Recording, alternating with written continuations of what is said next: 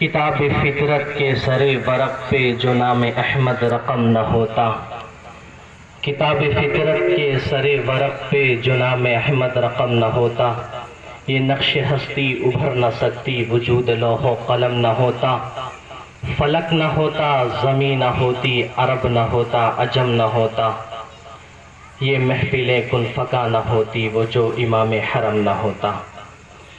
اور ہے رتبہ کمال مصطفیٰ بلغ العلا بکمالہ، یہ حشر ہے ان کے جمال کا کشفت دجا بجمالہ، ان کی ایک ادا کی بات کیا حسنت جمیع خصالہ، وہ جس نے رب کا بتا دیا صلو علیہ وآلہ۔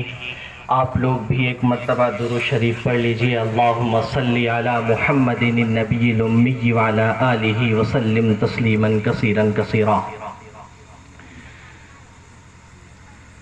محترم بزرگوں، دوستوں اور عزیز ساتھیوں، پس پردہ میری عزیز ماں اور بہنوں، مختصر سی گفتگو کی جائے گی۔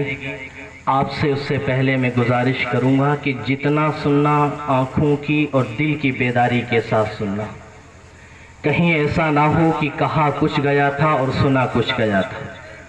پھر اسی طریقے پر ہوگا کہ ایک مرتبہ ایک مولانا صاحب نے بیان کیا اور اس محفل کے اندر کچھ باپردہ مستورات بھی تھیں۔ مولانا نے بیان فرمایا کہ نبی کے 4 یار سے محبت کرنا ایمان کی علامت ہے۔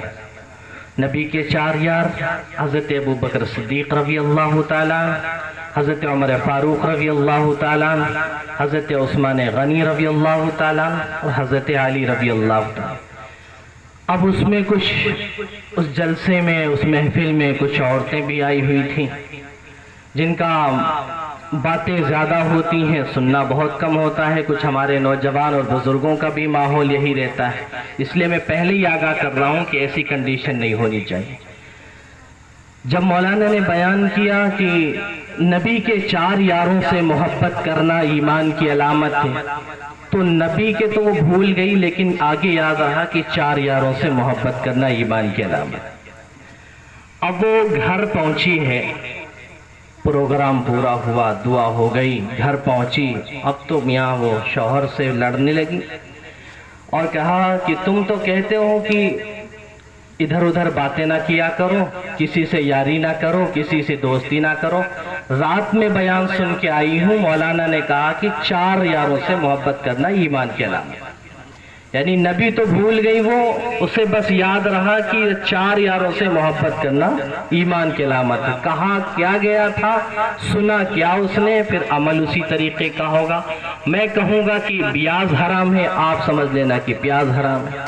اس لیے میرے بھائیوں، جتنا سننا آنکھوں کی بیداری کے ساتھ تو دل کی بیداری کے ساتھ۔ میں 2-3 چھوٹے چھوٹے سے عنوان پر بات کروں گا۔ سب سے پہلے میرے نبی کی آپ کے ساتھ میں چاہت، آپ کے ساتھ میں محبت، پھر اس کے بعد میں ہماری اور صحابہ کرام رضوان اللہ تعالی علیہم اجمعین کی نبی سے قرابت اور ان کے ساتھ میں محبت، اور ہمارا آپ کے ساتھ میں رویہ، آپ کی سنتوں کے ساتھ معاملہ، اور آپ صلی اللہ علیہ وسلم کے حکموں کے خلاف عمل یا ان کے موافق عمل، وہ باتیں وہ سب آپ کو لے کر کے جانی، اور انشاءاللہ پہلے میں خود کو اور بعد میں آپ کو انشاءاللہ ہمیں عمل کرنی ہے۔ اور فرق دیکھنا ہے کہ واقعتاً ہم نبی کے نام لیوا، ہم نبی کے دم بھرنے والے اور جو نبی کا نعرہ لگانے والے، حقیقت کے اعتبار سے کیا ہم کھرے مسلمان اترتے ہیں، کھرے مومن ہم ہیں یا نہیں ہیں؟ نبی کی چاہت کیا تھی اور ہماری چاہت کیا ہے؟ نبی کا اسوہ کیا تھا اور ہمارا اسوہ کیا ہے؟ نبی کا طریقہ کیا تھا اور ہمارا طریقہ کیا ہے؟ نبی کی ہمارے ساتھ میں کتنی محبت تھی اور ہماری ان کے ساتھ میں کتنی الفت ہے؟ آئیے میں اپنے نبی صلی اللہ علیہ وسلم کی چھوٹی سی اور کچھ مختصر سے میں آپ کی قربانیاں اپنی امت کے لیے۔ اللہ کے نبی علیہ السلام کے اوپر جب عذاب کی آیتیں نازل ہوئی جس میں عذاب کا تذکرہ کیا گیا، اللہ کے نبی علیہ السلام کی امت کے اوپر ان کے جو نافرمان ہیں اور جو اللہ کے پیغمبر علیہ الصلوۃ والسلام اور اللہ کے حکموں کی نافرمانی کرنے والے ان کے اوپر اللہ کیا کیا عذابات دے گا۔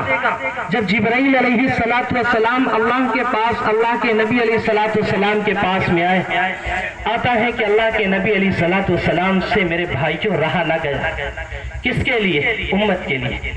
اللہ کے نبی ہماری ہر مجلس میں شرکت رہتی تھی، ہر نماز میں ملاقات ہوتی تھی، اللہ کے نبی علیہ الصلوۃ والسلام کی زیارت کرتے تھے، ہمیں دل کے اندر تشفی اور سکون ملتا تھا، آنکھوں کے اندر ٹھنڈک آتی تھی، لیکن اللہ کے نبی نظر نہیں آ رہے۔ 2 سے 3 دن تک گزر گئے، چلتے چلتے صحابہ کرام نے ڈھونڈنے اور تلاش کی تلاش میں نکل گئے۔ صحابہ کرام رضوان اللہ تعالیٰ علیہ اجمعین جب پہنچے ہیں جنگل میں پہنچتے دیکھا کہ ایک بکریوں کا چرانے والا، وہاں پر اس سے پوچھا کیا کوئی اسلام کا آدمی تم نے دیکھا؟